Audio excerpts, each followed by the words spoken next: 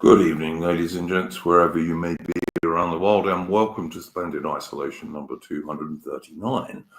As always, I'm going to start us off with a tune. Take up the white man's burden, send forth the best ye breed. Go bind your sons to exile, to serve your captives' need, to wait in heavy harness on flooded folk and wild. Your new gods sullen peoples have devil and have child.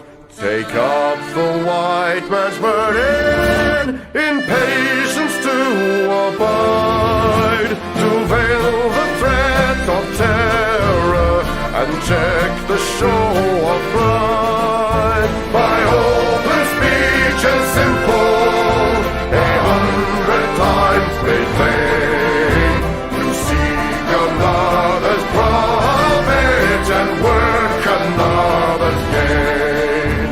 Take up the white man's burden, the savage wars of peace. Fill full the mouth of famine and bid the sickness cease. And when your goal is nearest, the end for others sought, what's love that heed and folly? Bring all your hopes to naught. Take up the white man's burden, no tawdry rule of kings, but toil of serf and sweeper, the tale of common things. The ports ye shall not enter, the roads ye shall not tread. Go make them with your living and mark them with your dead. Take up the white man's burden and reap his old reward. The blame of those ye better, the hate of those ye guard. The cry of those ye humor are slowly towards the light. Why brought ye us from bondage, a loved Egyptian night? Take up the white man's burden, ye dare not stoop to less, nor call too loud on freedom to cloak your weariness. By all ye cry or whisper, by all ye leave or do, the silent, sullen people shall weigh your gods and you. Take up the white man's burden, have done with childish days, the lightly proffered laurel, the easy ungrudged praise. Come thou to search your manhood through all of thankless years. No age with give or wisdom, the judgment of your peers. Take off the white man's burden through all the thankless years.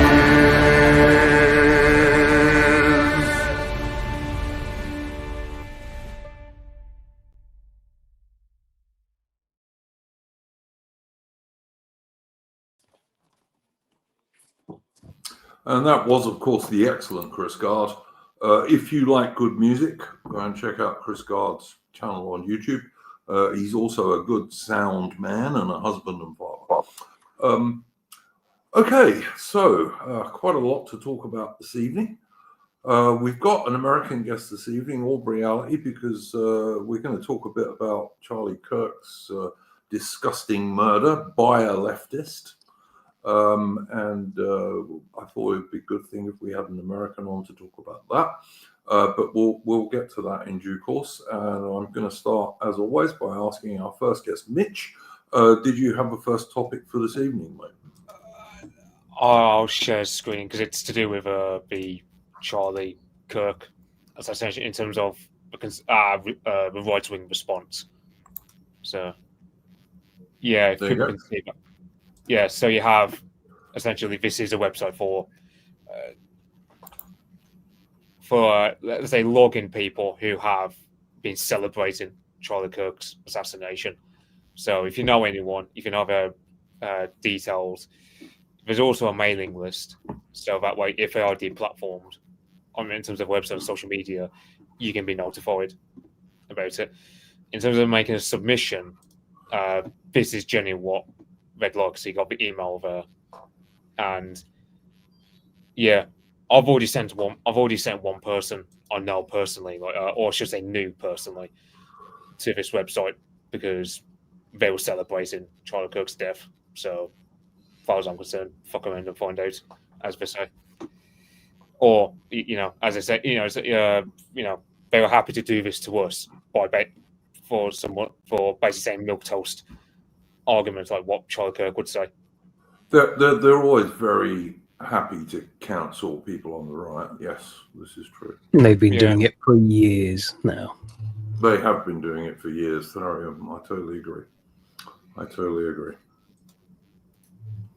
Yeah, there's also means of donating to them. Well, I don't.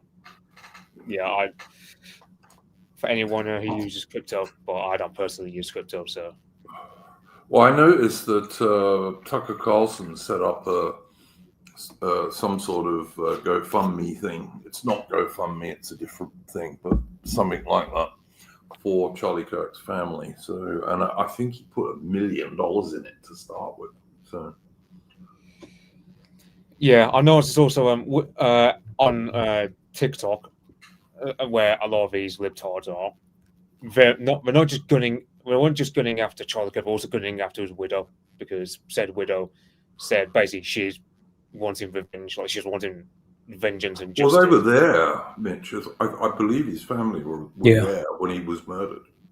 Yeah, the daughter, I think his 3-year-old daughter was actually running up to him because she was scared by the bullets. What that's going to just be awful for a little 3-year-old girl. And I've seen videos of Charlie Kirk taking her to the toy shop and buying her dolls and stuff, and that's really evil. Well, his wife she went and she went and talked online, and the worst part of that was she said she got home, I think it was the day before, this is after the shooting, and the daughter ran up and hugged her and said, I missed you, and then asks, where's daddy? And that was rough. Yeah, very, very rough. Yeah, she said something like that daddy is working with Jesus right now, and that killed me. Yeah, really, really evil. I would also just point out one other thing before Mitch carries on. Apparently, Morgoth put out a tweet on X that they've discovered that the murderer of Charlie Kirk was actually living with a tranny of some description. Yeah, that seems to have been confirmed now. Yeah, and that would have completely, of course, knock out of the water the many left-wing claims that he was some sort of right-winger, which he most certainly wasn't. He came from a right-wing family, but he'd been totally perverted by the education system and the people he was talking to. Yeah, this is one of someone because you've basically got people within the government itself, in terms of like the Department of War, where we work with military tech, and you also had like plenty of teachers, and you got plenty of civil servants, and also military recruiters. and people of that sort who are on this list. So Yep. They've thoroughly infiltrated everywhere. These vile nihilist leftists who really do think. And I mean, let me be clear. Charlie Kirk, as far as I'm concerned, I think he seemed to be a nice bloke. He certainly seemed to be a loving dad and husband. But he was his political views were quite milk toast as far as I'm concerned. And they murdered him for it.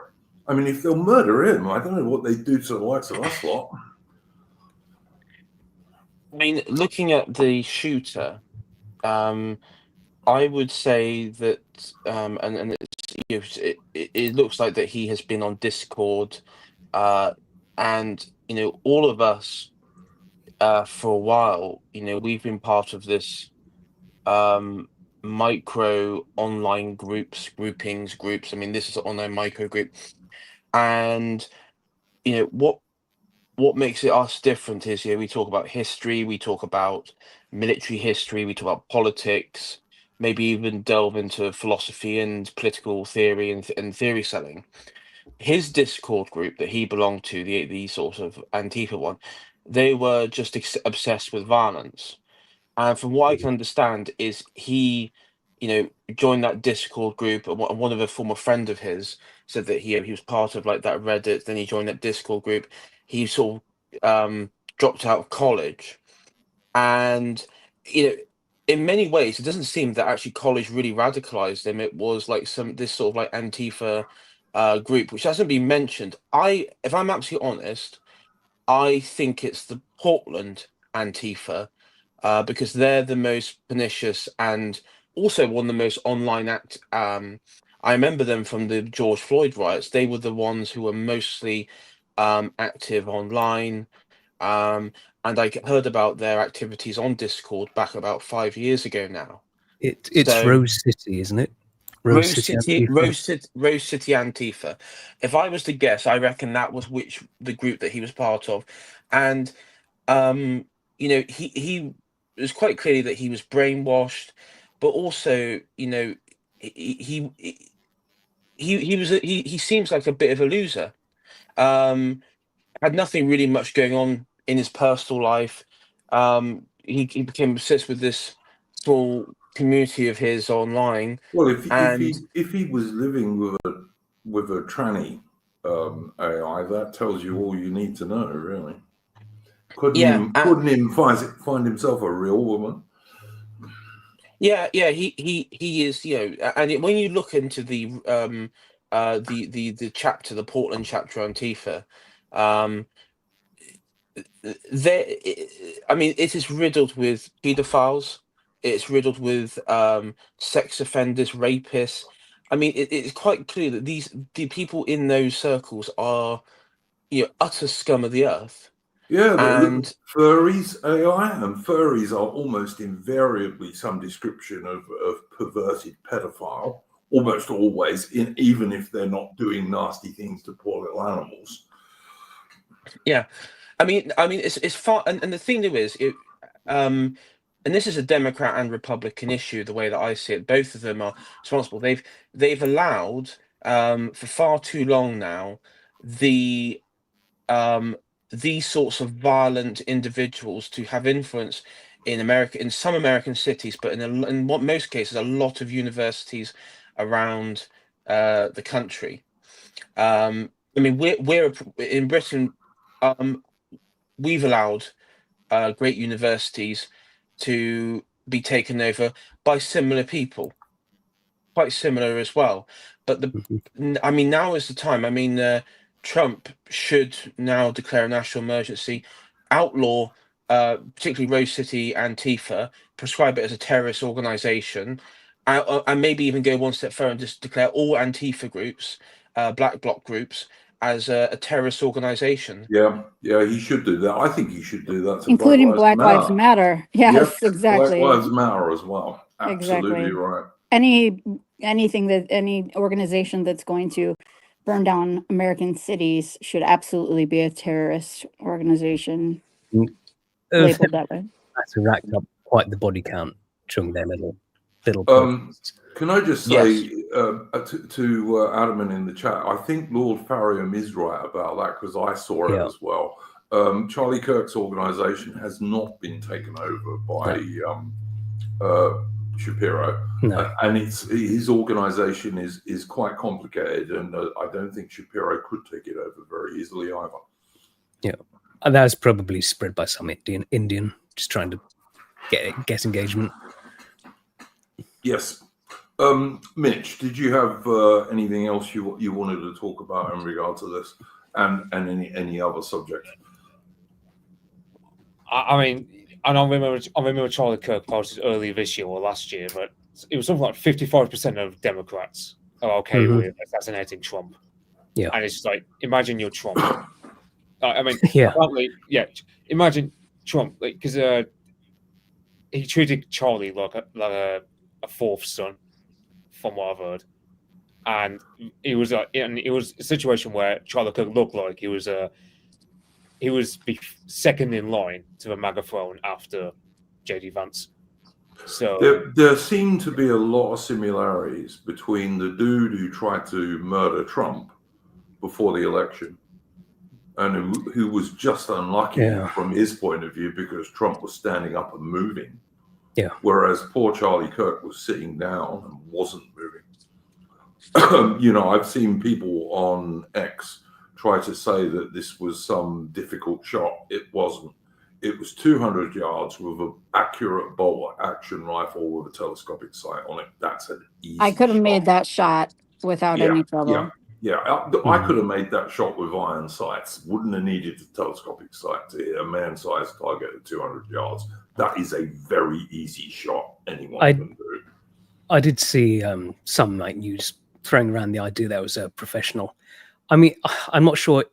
Either this is a mix of they're just stupid, they don't know guns at all, or I think there was also part of it is they were just trying to create a distraction from the fact that the most likely thing was it was some idiot who was radicalized by all of them. They're all trying to do this. Listen, even my friend Dave, the distributionist, was on X earlier today, and he's just seen so much left-wing propaganda on X, on Twitter, trying to claim that the assassin was a right-wing guy. There's no evidence he was a right-wing guy. It's merely the left trying to muddy the water. This morning when I woke up, I saw multiple news outlets saying that this guy was a groyper and trying to basically stitch up. Well, they were trying to stitch up Nick Fuentes. They were basically saying that it was an acolyte of Nick Fuentes, and that it's the groypers, it's the people on the further to the right than Charlie. Which is just total lie. There's no the evidence they use is that he's like in the photo, he's like squatting, doing like a Slavic squat. No, it's so moronic AI. All the evidence I've seen is that this dude was a radicalized left-wing Antifa type who may or may not, and it seems was living with a transgender person. And there's no evidence at all that he was on the right. And the shot he took was an easy shot. I'm not joking. When I was in the army, I used to hit targets at twice that distance with iron sights, not a bloody telescopic sight. And poor Charlie Kirk was sitting down talking, not moving at all. And that was the only thing that saved Trump. But look at the similarities between the murderer in both those cases. They seem to be very similar sorts of young men. Yeah. My cousin was a sniper in the military and special ops, and he could make a shot over a mile. This was not a difficult shot.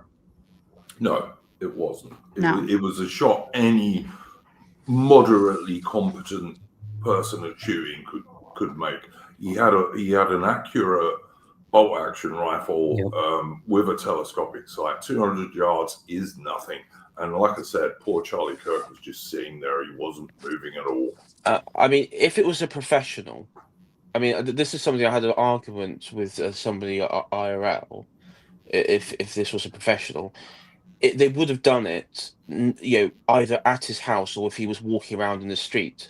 and they would have used a suppressor. They probably would have made it so it was wasn't so public. I mean, this was political because it was done in a public place, speaking. And I hope this, they're saying, well, this was a boy, he's a kid. The BBC have been running pictures of him as a child. He's a 22-year-old man. At that age, children even know at that age between right and wrong. He killed somebody. He's a murderer, and quite frankly, he should be given I hope he's given the death penalty. Me too. Yep, absolutely. I would fully support the death penalty for that man. He killed a bloke who, as far as I can see, was a loving dad and a husband, fairly milquetoast political views, just because he didn't like those political views. And there's plenty of people on the left who I detest, but I wouldn't dream of shooting them. Well, no, exactly, and this whole bullshit argument of, well, the ratcheting up on both sides, on left and right. I mean, it's nonsense. That if there is, when Joe Cox was murdered in this country, nobody that I know, I mean, Sargon, who was following it at the time, granted, I didn't know a lot of people in that space. Sargon, people like that, there was nobody cheering on that, going, yeah, I hope she rots in hell or anything like that, because that's a ridiculous thing to say. Only a complete psychopath would be cheering on someone's death like that. Yeah, and there's a difference between not feeling anything. That's fine, and then what we're seeing now with the actual cheering of it. Yeah, it's completely fucked up, and the thing there is, it's there's a few people who are friends on Facebook who have been doing that, and I've unfriended and blocked them because I quite frankly, I cannot stand to be associated with those sorts of people, because it's quite clear they've got some mental deficiency. I mean, like you mentioned earlier about all our sort of online little micro groups and stuff. I've never been in any group, and I've been in some definitely more spicy ones that have been making up kill lists, like all of these leftists are. Yeah, that's never happened.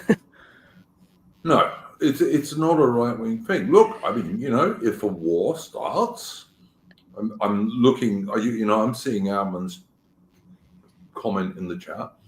If a war starts, then those guys better look out. But if I was them, I wouldn't want to start a war.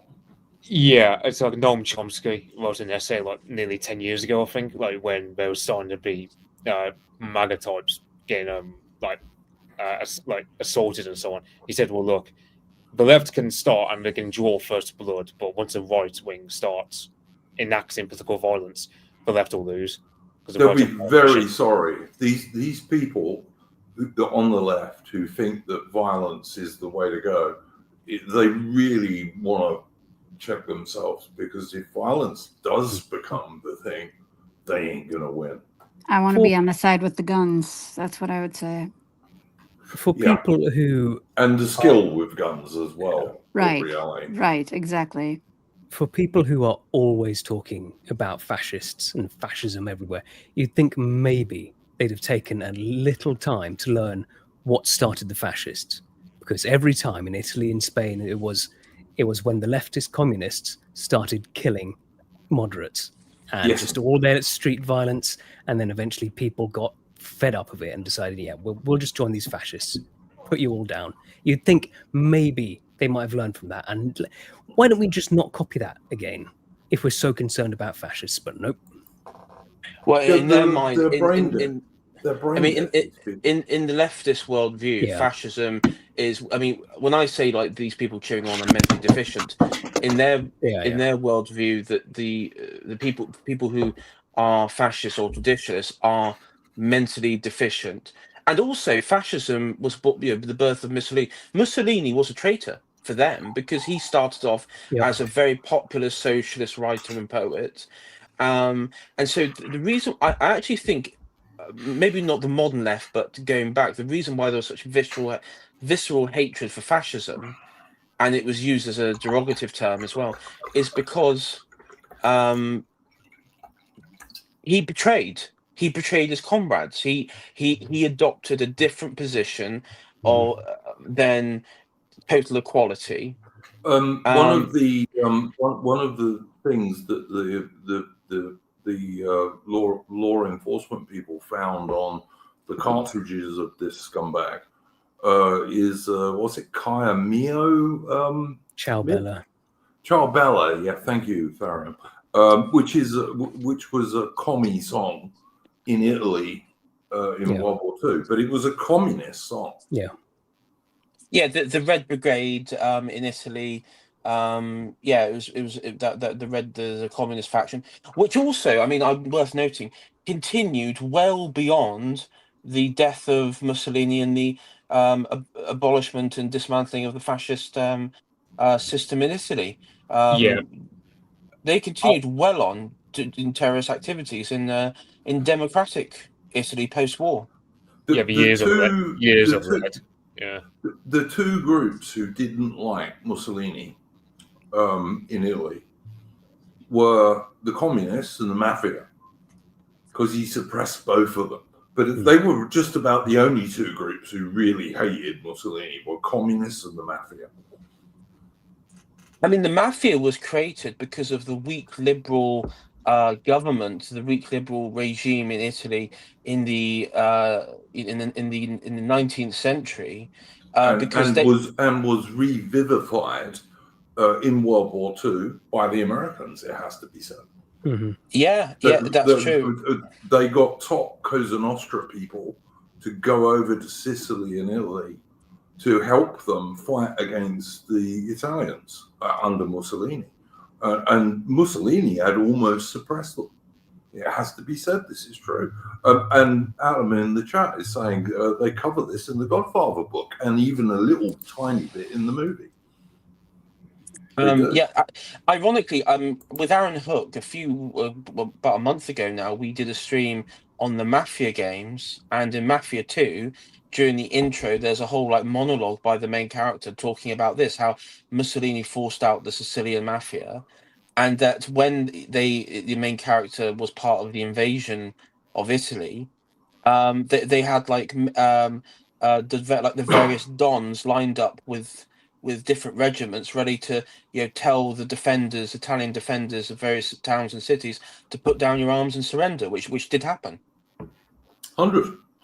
And let's also remind ourselves, because the left constantly go on about fascists, and the Italians were fascists, but actually the Germans weren't really.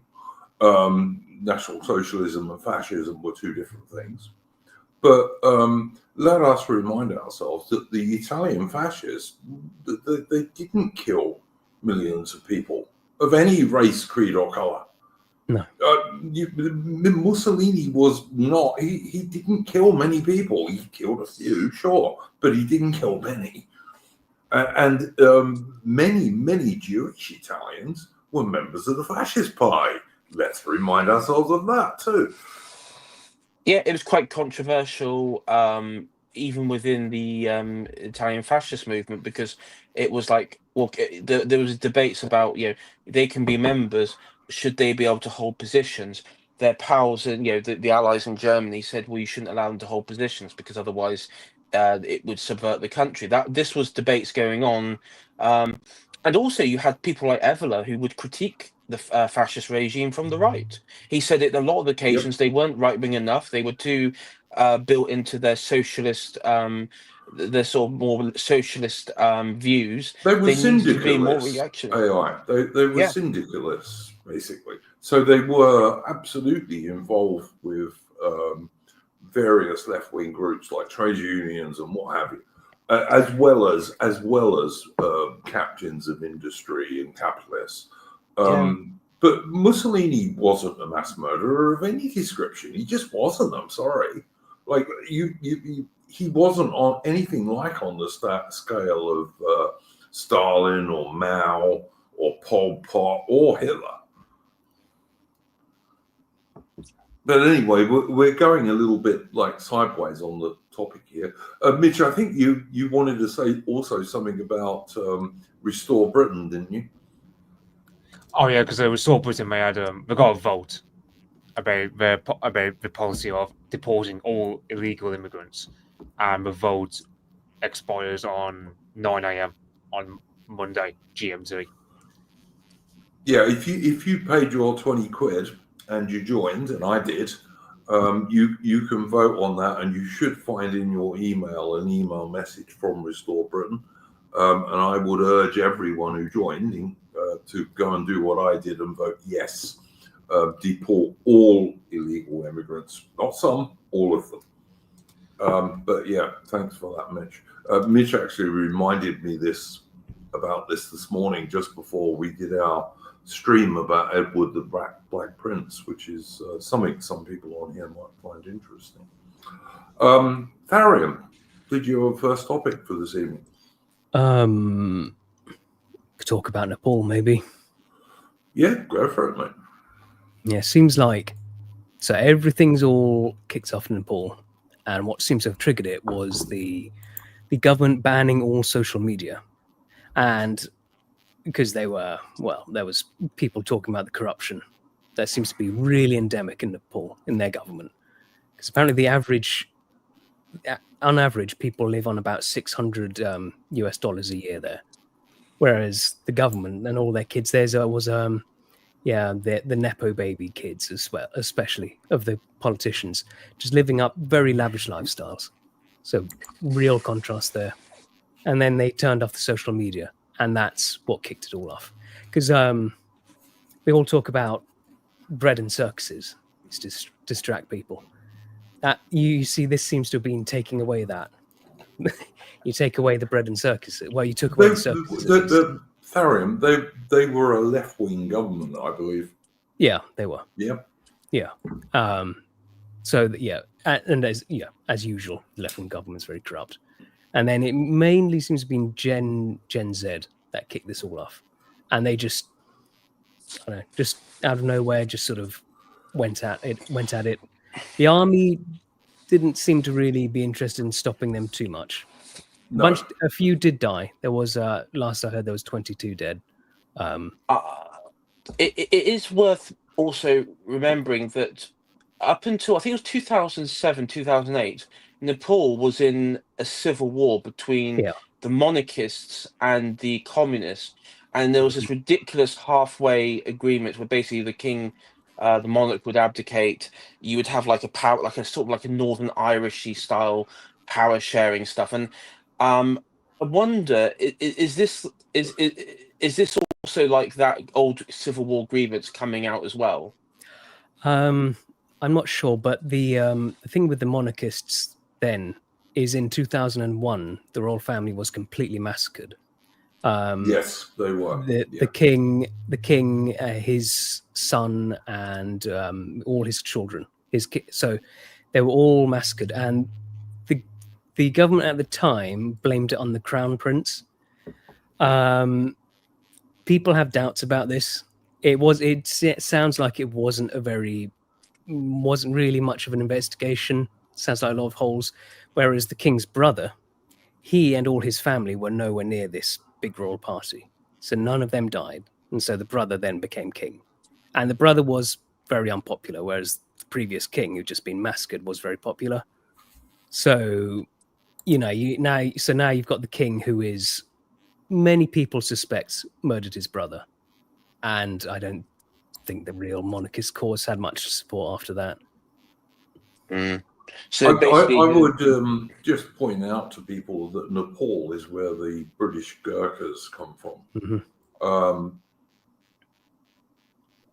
It's traditionally been a very stable regime, but as Tharium has pointed out, it hasn't been for all of the 21st century. Yeah. But on the other hand, I would also point out that, in Nepal, we saw pictures of former government ministers stripped and carried through the streets. Mm-hmm. And if I was somebody like Starmer, mm-hmm. I'd pay careful attention to that if I were you, mate.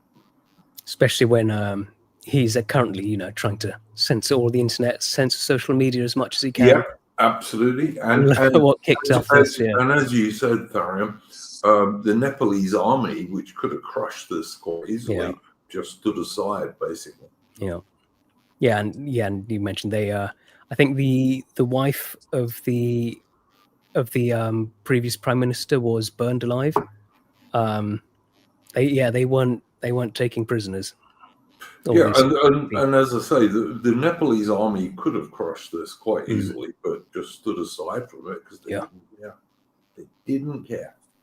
And I suspect if this situation ever arose in a place like Great Britain, and God forbid that it ever does, because all of us are very peaceful people. But if it ever did, people like Starmer, who would rely on the British Armed Forces, would come very badly unstuck, I believe. I'm sure you get... Or Boris Johnson. Wouldn't make any difference. I imagine you'd have some in the high ups of the MOD and stuff.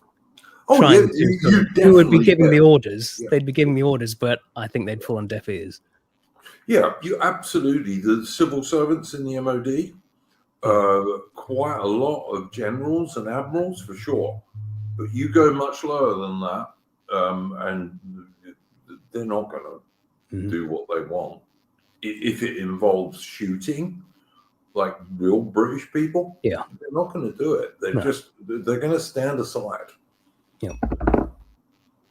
And recently they've in Nepal they've had a new prime minister voted in on a Discord channel. That was how the voting was done. Everyone joined. I've gone there. It's like Nepal Youth Democracy or something, I think it was called. And they had a poll where everyone voted, and that's why the new prime minister's there. And some woman who was apparently known for anti-corruption in the previous government. So she's the new interim prime minister. Well, all I would say is I'm very fond of Gurkha soldiers. I've known quite a lot of them. They're really good blokes, and you want them on your side. And I hope it works out well for Nepal. I do. Yeah. There was a video going around at the time of some lad who was the head boy at one of these schools giving a speech, which I posted, and very fiery lad. I think he's got quite a future ahead of him, and he was talking about having an empire again and stuff. Good for them. 100%, totally agree. Anything else, Farron? I think we covered it. Yeah, it's just we can come back to you in a bit. Well, I mean, I will come back to everyone in a bit. All right, I know Aubrey Alley wants to talk about Charlie Kirk a bit, and as she is an American girl, Aubrey Alley.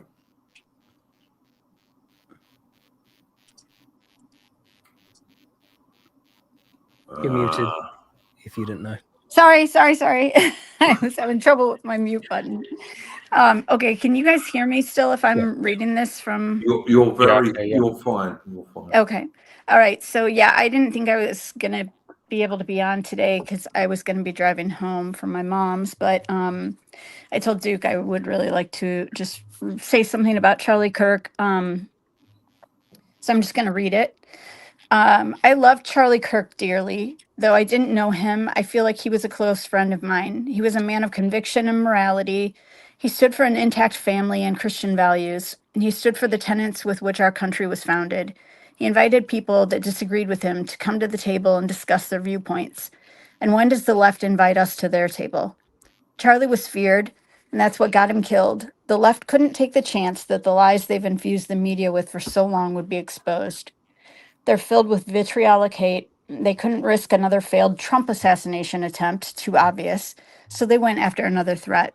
Charlie Kirk, a man opening the eyes and the hearts of college students to realize that we are not a country of racism, oppression, and hate.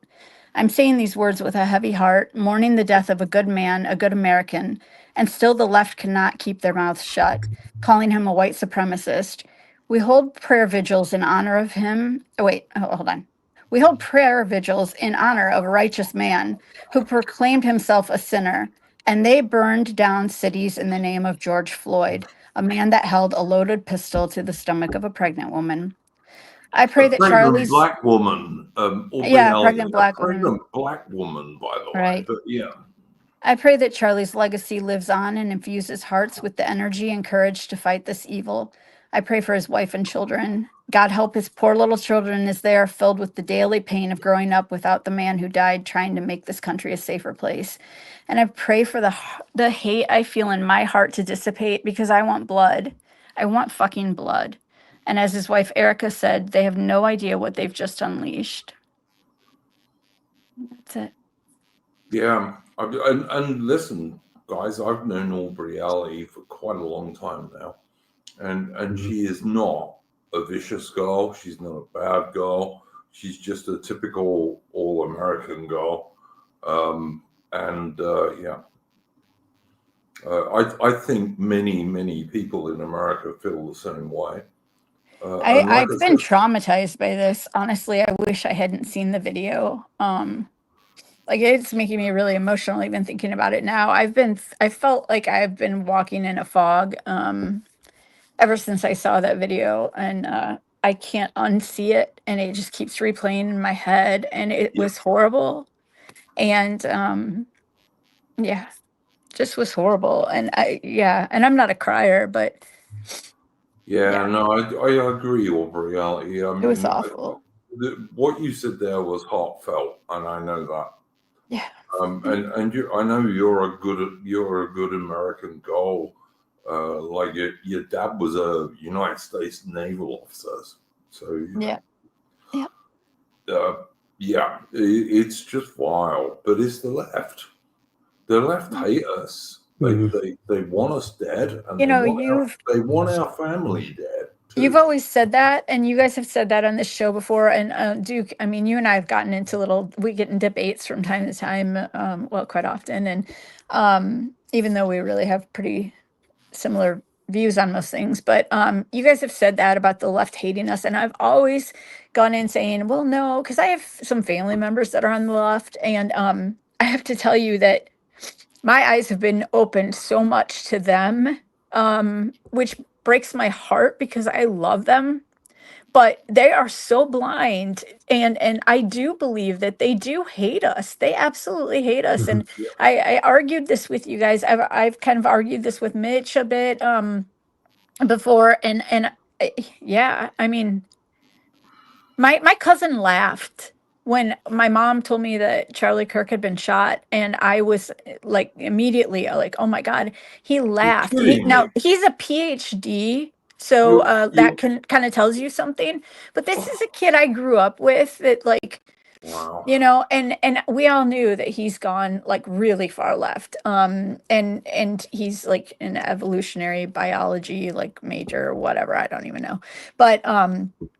But I told him, I looked at him and I said, how can you even laugh about that? And he goes, oh, that guy totally deserves it. And I was like, fuck you. And he said, yeah, he's just a white supremacist. And I said, you haven't even listened to him at all, have you? And he goes, I don't need to know. And I said, yeah, I listened to everything he says, and he is not a white supremacist. I said, he's for nationalism. He was not for DEI. So if you want to take that and say that he was a white supremacist in that respect, but he said something, and I'm not quoting directly, but he said something about that all men are created equal, but all cultures are not, and that's what he was fighting for, was for the culture of America, for us to be able to have a culture, for one thing. Yeah, you guys know. Yeah, look, you guys get it. Even if you thought that Charlie Kirk was a white supremacist, which he in no way was, Charlie Kirk's like 1,000 miles to the left of me. Yeah, he was a model debate guy. Yeah. So But even if you believe that's true, did his little 3-year-old daughter and his 1-year-old son and his wife deserve that? Well, a leftist will argue yes, because I'm saying about the one to gun down the widow as well, because apparently the widow is teaching the children to hate, apparently. So, and there's no bounds about it. You know what's funny is that, again, like to my cousins, to referencing him, who has never listened to anything of his, I said, you know what? The most like hateful thing that Charlie Kirk said to people, which I'll remind you, he had people come to him on campuses and get in line to talk to him. He didn't go after people. He didn't chase people down. He didn't require that people had to sit there and debate things with him. But he would say, Jesus loves you. If things got hostile when he finished talking to somebody, he'd say, thank you for sharing your opinion and talking to me. And he'd say, Jesus loves you. That's it. I saw him talking to trannies, and his overall thing was he just wanted the best for them. Just hope that they could be like find some peace and get better and just be happy in their lives. Right. Yeah, Right. He was basically a good man. He was a good dad and a good husband, and he did not deserve to be murdered by some scumbag. Guys, I've got to say hello, Horus. Thank you, mate. I've been trying to get you on this stream for quite a while. Sorry, mate. Yeah. Hello. Thanks for having me on. Yeah, good to talk to you all. I've done quite a lot of streams with Horus. If you want to watch some history about Britain in the 20th century, I've done, I don't know, 4 or 5 streams with you, mate. I think we should do some more as well. Yeah, I'm happy to very much. We've just been listening to Aubrey Alley, who is like a typical good American girl, and she's just like she rightly realizes that this is the killing of Charlie Kirk wasn't a normal thing. It's not something you do in a supposedly democratic country. It isn't. But the American leftists think this is perfectly fine, and they're celebrating it, as Mitch pointed out earlier in the stream. I have seen some of the more high-profile ones, like the television and stuff, saying, "Look, guys, we've got to turn down the temperature. We've got to, let things, who turn it put down." the temperature up? Exactly. It was the left. Yeah, it was exactly. The left. And we know a week from now they will be back at it again, saying how everyone is fascist and Hitler and everything. They asked for a moment of silence, a word or a minute of silence, and they couldn't. The fucking, pardon my language, but the fucking Democrats couldn't even. Just like the little kid with cancer when the president, had been talking. They couldn't even give that little kid a standing ovation. They had to like boo and have a fit. I mean, these people are truly like wicked people. But a freaking minute to be silent. I don't care who it's for. Give them a minute. Give their family and the little kids a minute. In honor of them at least. These people are evil. They're vile. They're just evil. They will kill you for very mild beliefs, and like anyone who believes Charlie Kirk was a racist is insane, because he wasn't. If you can't debate on college campuses, then really what have we come to? Isn't that where we're supposed to come to the table, the two sides? I mean, when I was in debate, I had to my debate coach would purposely give me the opposite of what my viewpoints were that I had to argue, and that was a really good lesson. But they can't even debate on college campuses anymore. What the hell? Yeah, I was thinking that because on our side, I think is that we generally looked upon Charlie Kirk as being milquetoast. Like he was just, he wasn't a bad guy or anything. It was just he wasn't as far along as us, and he still believed in the. He was, you could say he was too trusting or believing in the good of people like Tyler Robinson, whereas I imagine Aubrey and many other American moderates on the right, they're coming around to our perspective. Like, I imagine that others are coming to my perspective and saying, well, listen, I'll just end it. They tried to do exactly the same thing to President Trump just before the election. And the guy was just luckily incompetent enough and Trump moved enough that they didn't kill him. But they would have done exactly the same thing as they did to Charlie Kirk. And I think you're right, too, that there are so many similarities with these two. The person that went down with that was killed, with the Trump assassination attempt, and then this kid. And I tell you, when the Trump assassination attempt happened, Duke and we were talking like right after it happened, right when they announced it. And I said, let me tell you right away, I'll tell you who, and I profiled to the T who this kid was going to be. And I said, but it's not going to be just this kid. And in my opinion, it wasn't. It's going to go way up higher. I mean, I almost feel like it's like they find these kids that are unstable, I'm sure online with all their postings, and it's just flicking a little switch, which is why they have the rhetoric that they have right now about, Trump being a Nazi and Hitler and this and that. They're feeding this. Or reality, I would just say one thing to you. You keep calling this murderous assassin a kid. He was 22. Now, I joined the army at 18. Yeah. And I know for a fact that, people like your dad joined the Navy at 18 17. 17. Yeah. Well, there you go. So was this a kid, really? No, I guess I'm just feeling old. So showing my age. Someone at 22 ain't a kid. No. Yeah. Yeah. Because I would say, I wonder how many American moderates now have just turned into basically turned into me, because I'm a lot more cold-hearted or just basically I'd be happy if cynical. Trump just went a lot more like Andrew Jackson about all this, or further beyond. Yeah, Don the pleb seems to have taken it really badly as well. I mean, he was already on our thinking about the left, but this, like he said in one post, he said Charlie was his last bit of hope that things could be resolved peacefully and nicely, and they just snuffed that out for him. Yeah, I'll give you another example. Dave the Distributist, who's a very moderate kind of guy for the most part. He has said that, Charlie Kirk used to go into universities and colleges and talk to the kids there. But if you can't even do that, what's left? So there was a mom that my mom was just reading this to me that posted, and I'm not even going on and reading posts because I just don't even want to see what people are saying. I'm so angry about this, and honestly, I'm not kidding. I keep like, it's almost like a family member dying in one respect, and I know that sounds dramatic, but I keep thinking like, oh my God, that actually happened. Oh my God, that actually happened.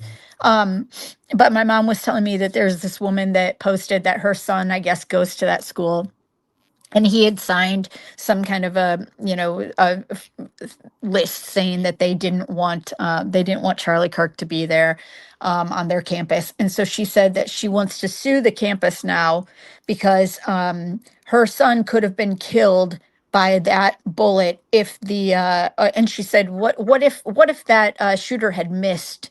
And I was just like, are you kidding me? So he hit the right target. I mean, if he had hit a student, it would have been different. It would have been worse. But that's how out of reality, out of touch these people are. 100. And I wanted to say too, like, hello, your kid who was signing for the left saying they couldn't handle Charlie Kirk being there, that's the side they killed him. Mm-hmm. That's the violent side here. So how about they just don't go to his event? Right. Exactly. Exactly. You can see this. Sorry, I was going to say you can see this mother. She's got that eternal victim narrative of the left. It's like Charlie Kirk died, but what about my son? Yeah.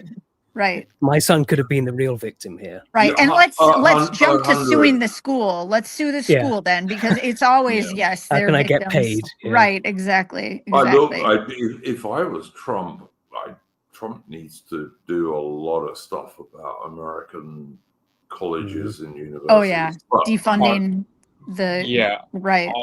I can share a post. I can share like a bit of a news. Stephen Miller. Hang on, before you do, Mitch, can I just say one thing? Horus, I'll come on to you in a minute, mate, but I've got to let AI do his topic first, and then I'll come on to you. And it's not that I'm ignoring you. I just have to go around the guests. But yeah, sorry, Mitch, carry on. Oh, it's just do you see that? Basically, it's like just over a minute of Stephen Miller. Apparently, so it looks like Trump might actually seriously go after a lot of his leftist organizations and so I on. bloody well hope he does, mate. Yeah, apparently Charlie Kirk's last conversation with Stephen Miller was one of, well, we have to crush all these Antifa types. Don't know if you see that. Do you not see the screen share, Duke? Hang on a minute, I'll put it up. Yeah. There you go. And let me tell you something I'm not sure with anybody. The last message Charlie Kirk gave to me before he joined his creator in heaven was he said that we have to dismantle and take on the radical left organizations in this country that are fomenting violence. That was the last message that he sent me before that assassin stole him from all of us. And I we hope are he- gonna I do hope that under that President Trump Trump's does it. leadership. I don't care how. It could be a RICO charge, a conspiracy charge, conspiracy against the United States, insurrection, but we are going to do what it takes to dismantle the organizations and the entities that are fomenting riots, that are doxing, that are trying to inspire terrorism, and that are committing acts of wanton violence. It has to stop. And my message is to all of the domestic terrorists in this country spreading this evil hate, you want us to live in fear? We will not live in fear, but you will live in exile. Because the power of law enforcement under President Trump's leadership will be used to find you, will be used to take away your money, take away your power, and if you've broken the law, to take away your freedom, Sean. Yep. Can I just say one last thing really quickly? You know, the whole United Healthcare CEO getting killed thing, that could have been my dad had he not been retired 10 years prior. And people celebrated that. And then Charlie Kirk, somebody who I really looked up to, him being killed and people, you know, being rejoicing over this. What the hell is going on with this madness? I just don't understand it. And also the etchings and the bullets and the casings. What is that? Yep. What is that? Yeah, no, Like, I just don't. lame. It's really lame and cowardly. And these people are absolute cowards on the left. They're Totally- cowards. So that's all I totally- have to say. I'm just taking all this very personally, and I'm Totally angry. And I've agree. turned into you, Mitch. I've become you. Aubrey Alley, I totally agree with you. I see what you're saying. AI, did you have a topic for this evening before we move on to Horus? Well, I was gonna say nothing I can really add to what Aubrey or Mitch or people said on this. I mean, it's a despicable act. My concerns is that, you know, large swaths of the population can see a snuff film, you know, a violent piece of media, and cheer it on. I can't really fathom that. It's difficult to comprehend. What I did yesterday, and this is something I will talk, 'cause this is a bit of a positive. I decided to visit my local cathedral, and I sort of had the day of it. I went round historic parts of the city of Wells, visited the cathedral, visited a lot of the medieval part of the town, strong botanist community that existed there. I even visited the chained library, which was it's where it wasn't a monastic cathedral, it was a canon. They had canons there, so it's more of a school. And I visited the chain library there, and I got to look at some very interesting books dating back 600 years. There was a couple of papyruses there that were even older. I didn't get to touch those because for obvious reasons, they're very, very ancient, but ancient and precious. But I mean, I got to read the works of a excerpt from a diary of that was one of the captains on the sorry, I should say one of the people who interviewed the sailors on the endeavour of the discovery of North New Zealand and the charting of modern day Australia and the landing of Botany Bay.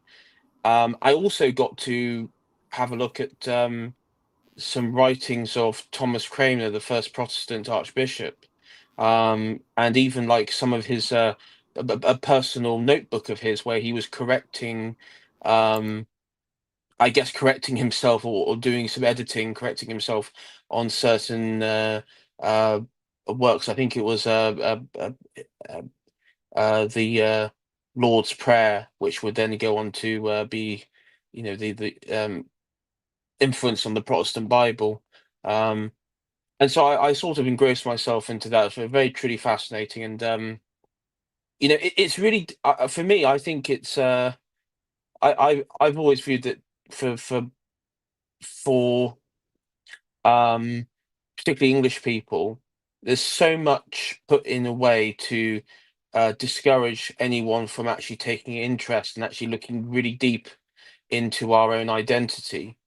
There's a lot of obstacles, and yes, while I was there, because it's Church of England, you see all the sort of like promotions of like the the prevailing regime. A lot of the like you have the sort of the tranny stuff, the all that sort of stuff is there. I mean, I was able to drown it out though because I was more focused on this, but yeah, for me it was nice to have a break from the internet, have a break from the sort of internet culture stuff, and I think when it comes to it, that I'm not saying like, oh, you go touch grass and all that sort of stuff, because I'm annoyed with when people start saying that. It is annoying, but I think reconnecting to your own community, your own local community, in a very sort of real, visceral way, like I do, and I plan to do going forward, getting more involved on that sort of a volunteer level there, for me is important. I think it's important for England, and because I'm part of this organisation, the Pendragon, really like restoring castles and rebuilding and restoring castles, and for me, this is what I would say is a good use of my time. And then, as we've seen this week, Charlie Kirk, he was same age as me. Life, we've all got sort of a bit of a precious time, and I want to use my time that I have to actually doing something positive and have a lasting impact in some capacity. I think that was really awesome, actually. And I kind of envy the history that you guys have over there.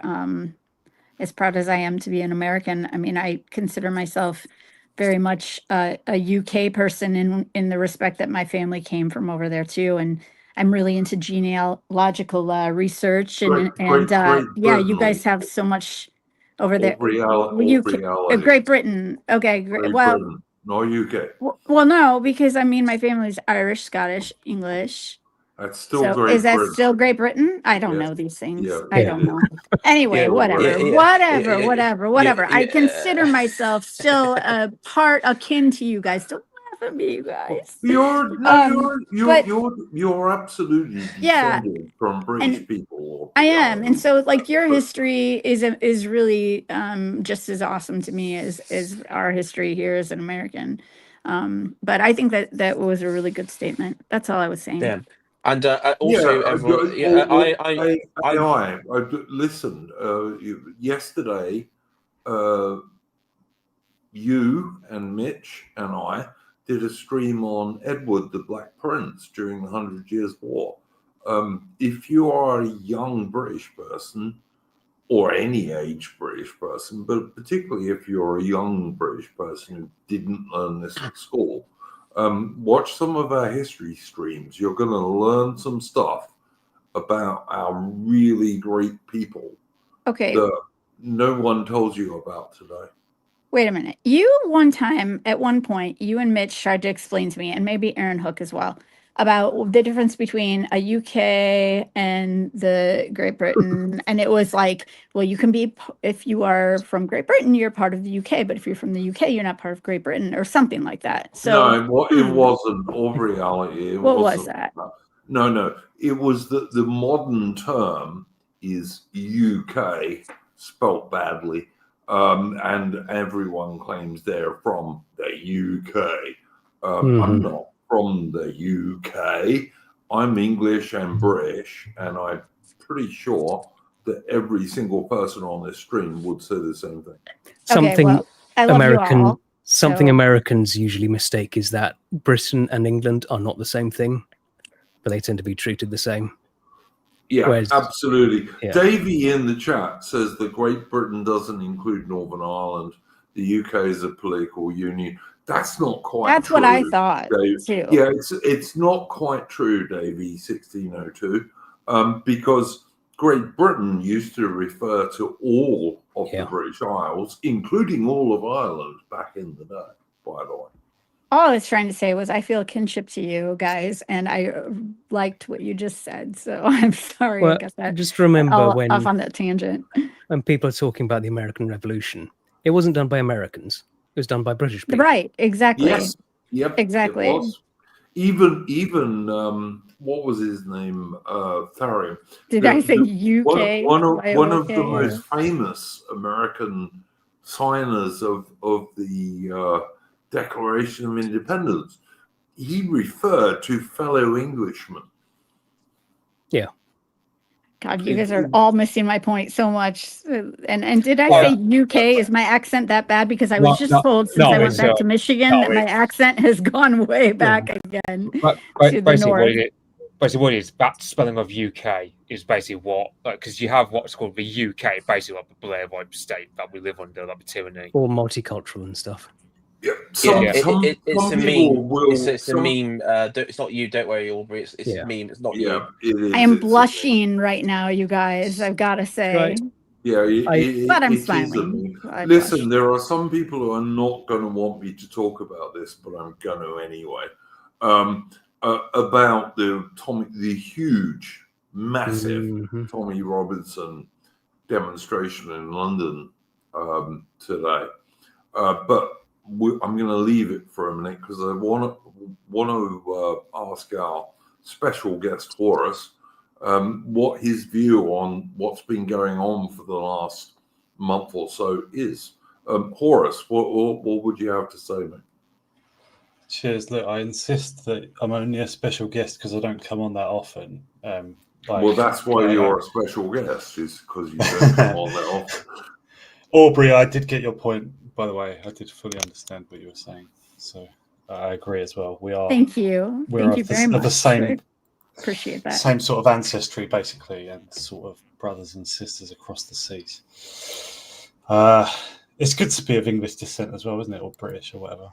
But by the way, the official name on like loads of documents and visas and passports and stuff is the United Kingdom of Great Britain and Northern Ireland. So it's not exactly wrong, but the UK has got different connotations, isn't it?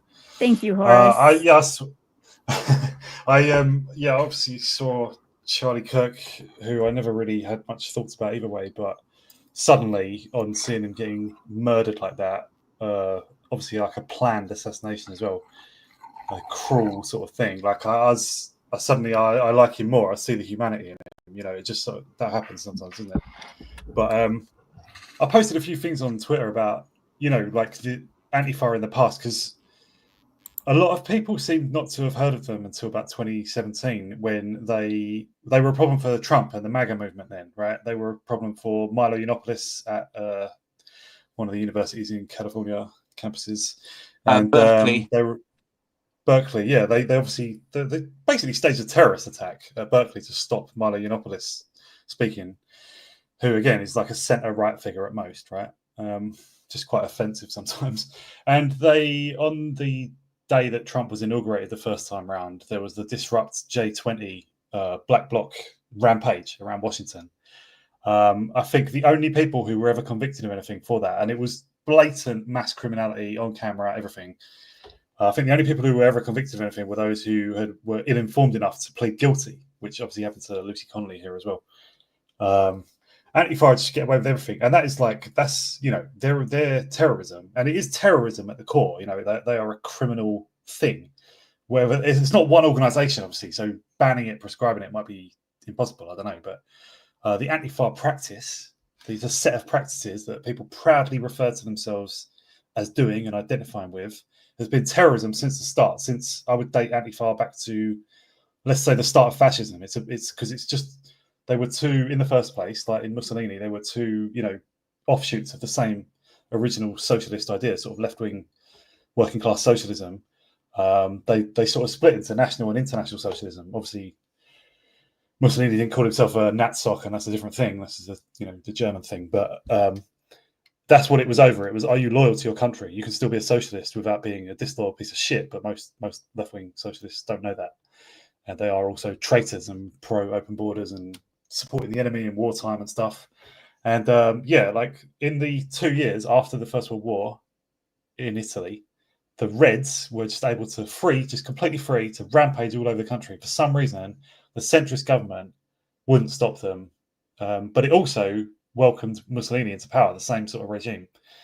I don't really understand how that works, but it's always been violence. It's always been about seizing property, like a narco-communist revolution, basically seizing property, overthrowing private owners of anything, overthrowing the state if they can, terrorism, killings, destruction of property, all sorts. And this is what it's always been, and they've basically been allowed to do it for most of their history in most places. Why that is, I don't know. That's the same story of why the last century has been so left-wing, as things have gone to the left so much.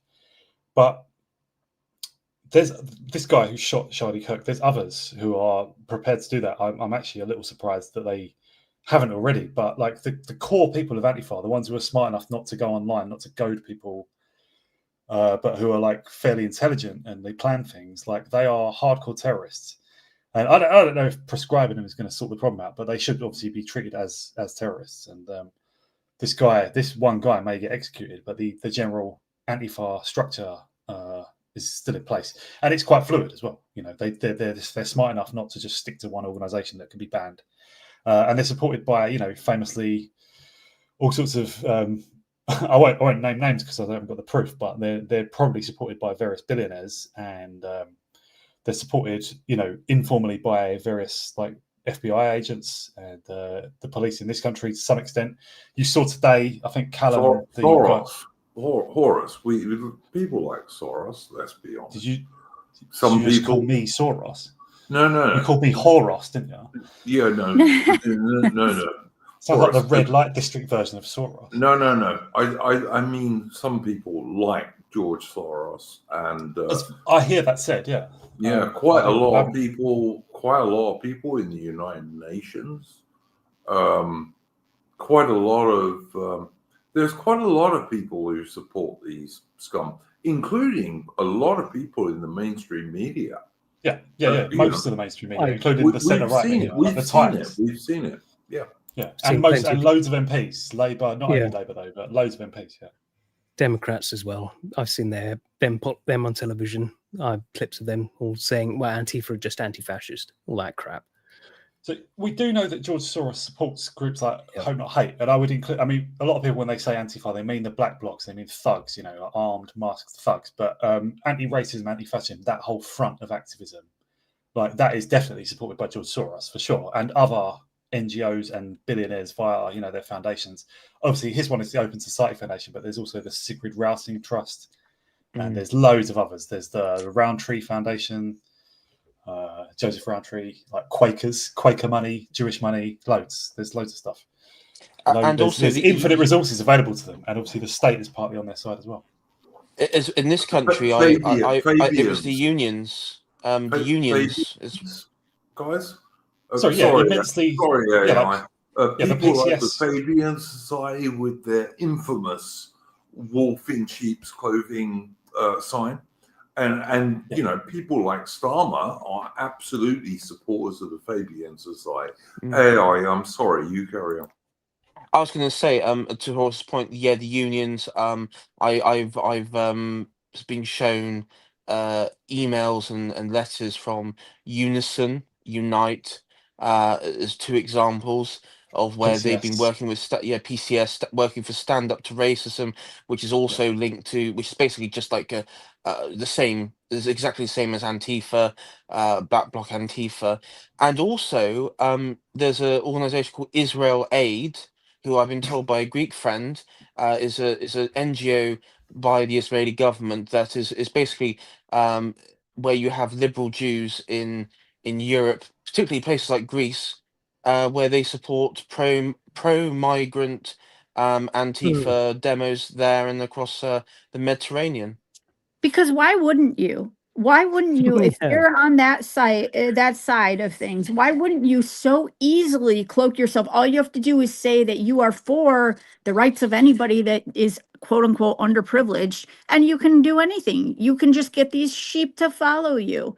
It's so easy. It's so easy.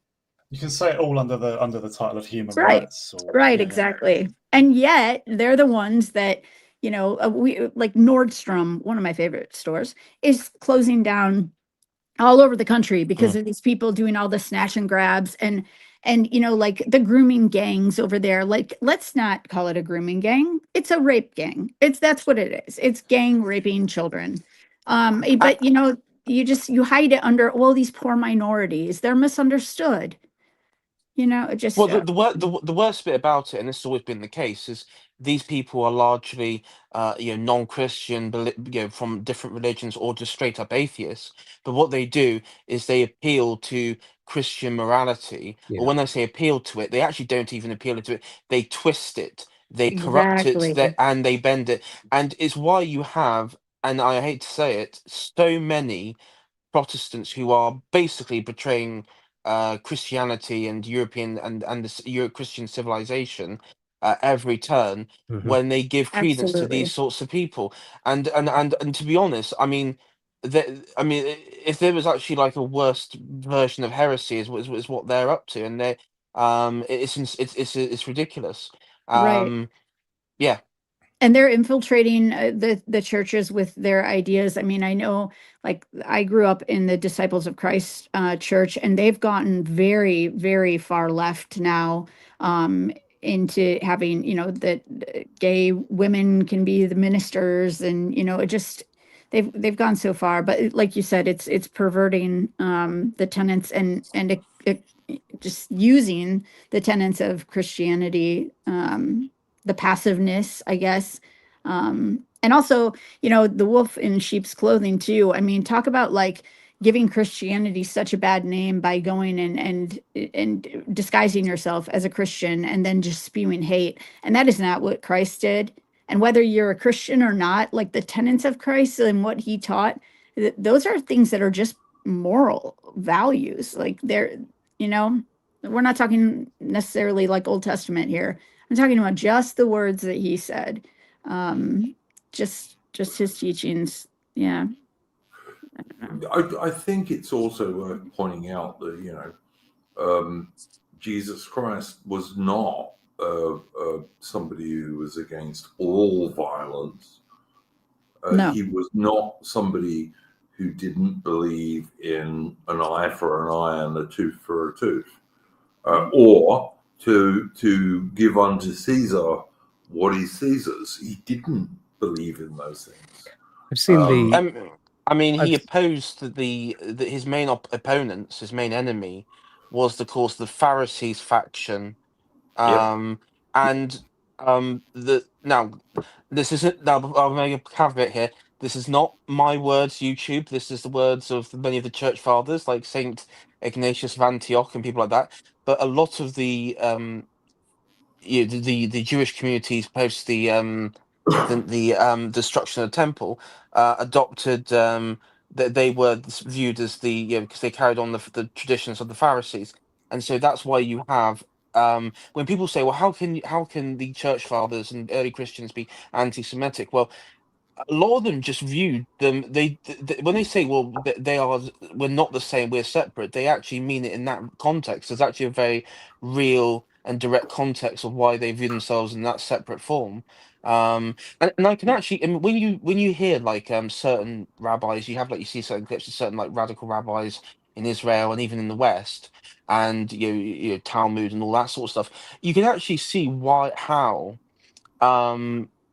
they have such a hatred of Europe and have such a hatred of these sorts of people, and why they will be involved in organizations like that we mentioned.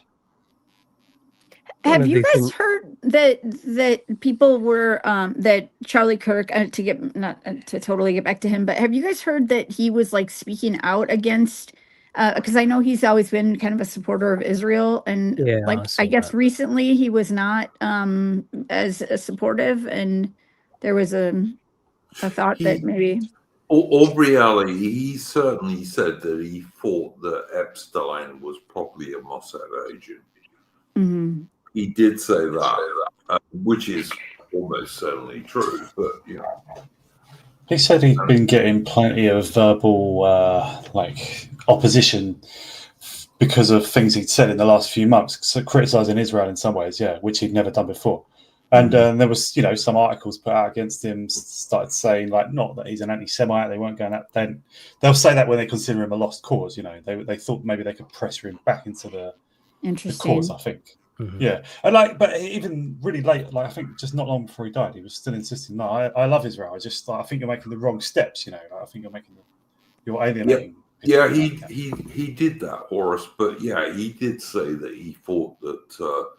Brian Epstein, I think it's Brian Epstein, isn't it? The guy who supposedly killed Jeffrey Epstein, I beg your pardon. The guy who supposedly killed himself, which obviously didn't. Like it was impossible for him to do that. And then you look at his best friend, the supposedly British woman, whose dad was like given a hero's funeral in Israel, who ran the Daily Mirror for many, many years. Yeah. God, what was his Maxwell, and he had Maxwell, Max Factor, Maxwell, the makeup Maxwell. company too. Yeah, Robert Maxwell. Yeah. That's not his real name. His real Maxwell, yeah. His real name was chucked over the side of his yacht in the middle of the Atlantic Ocean. Was he really? That's how he died? Yeah. That's how he died. Wow. Yeah. So, he fell, of course. Oh, he fell. And the funny thing is, the reason that it all happened at a time where people at the Mirror and his various holding companies realized that he had been raiding the pension pot of the companies, and basically that there was no money, and he was looking for. I think he was even being investigated, like some form of embezzlement and everything. So he went missing. He died in a quite convenient time for him. But of course, Jeffrey Epstein's I don't know, woman friend, I guess you could call her, is Ghislaine Maxwell, who's in some really high security American prison at the moment.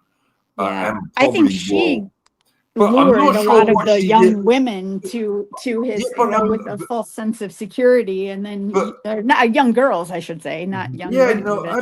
Absolutely, Aubrey. But you know what?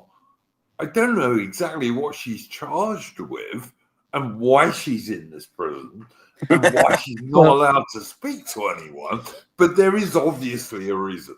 I don't know if this is true, but apparently she's it might be high security, but she's doing nice, easy time. She gets to I don't think it's high security. She's in protected custody. As though she bargained with him in some way. I don't believe that she's. I am still a believer in our. Call me, naive, but I'm still a believer in our justice system. But she. Okay, hey, you know what, Duke? We're gonna have words after this for that laughter. God, you guys are laughing at me left and right on this show today. No. Jeez. Listen, I'm blushing again.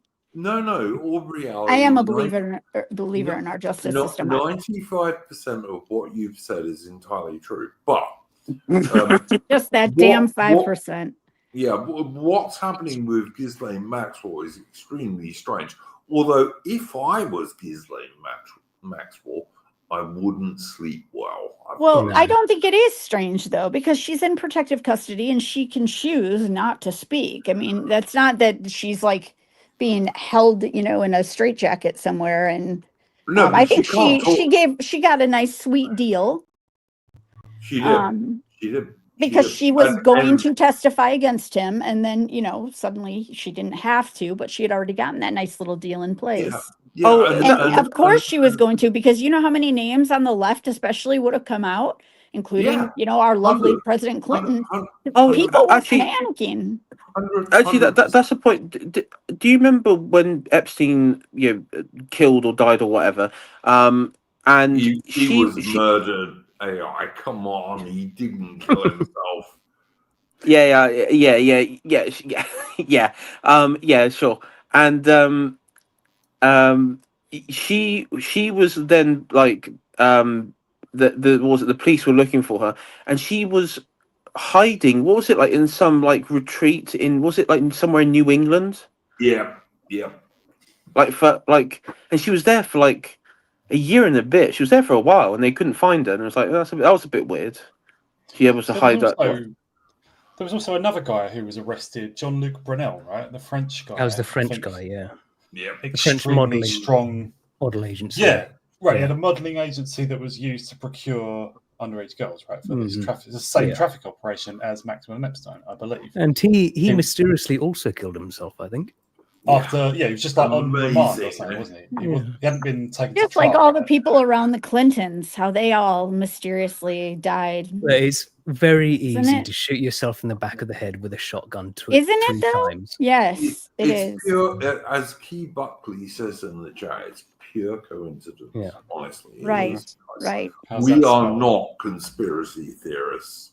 No. We just accept whatever the MSM tells us, including that Ukraine is a good place and Russia's evil. But whatever. It's just it's pretty fucking crazy. I'm still not a Putin fan, but the Ukraine. Listen, I've never been a Putin fan, but would I swap Putin for two-tier Keir Starmer in a second? In a second. Can I just back up something that AI said that about the trade unions involved in all these? I mean, like trade union guys staff a lot of these protests. These totally like most astroturf protests in the world. Like you mean Horus, the ones where all the banners are pre-made before people even get on the coach. I was going to come to that. Yeah, they're made by the Socialist Workers' Party, but like, the trade unions. Like you mentioned, Unite, Unison, and especially the PCS. I can't remember. It's the Public and Commercial Services or something. That's right. They're almost all employees of the state, so they're just free. Like often on weekdays during the day, right? They're just free to go to these demonstrations, probably on state money. Like, I'm sure. I was going to say on to Horus's point about that. The letter that I received was someone who worked in local government.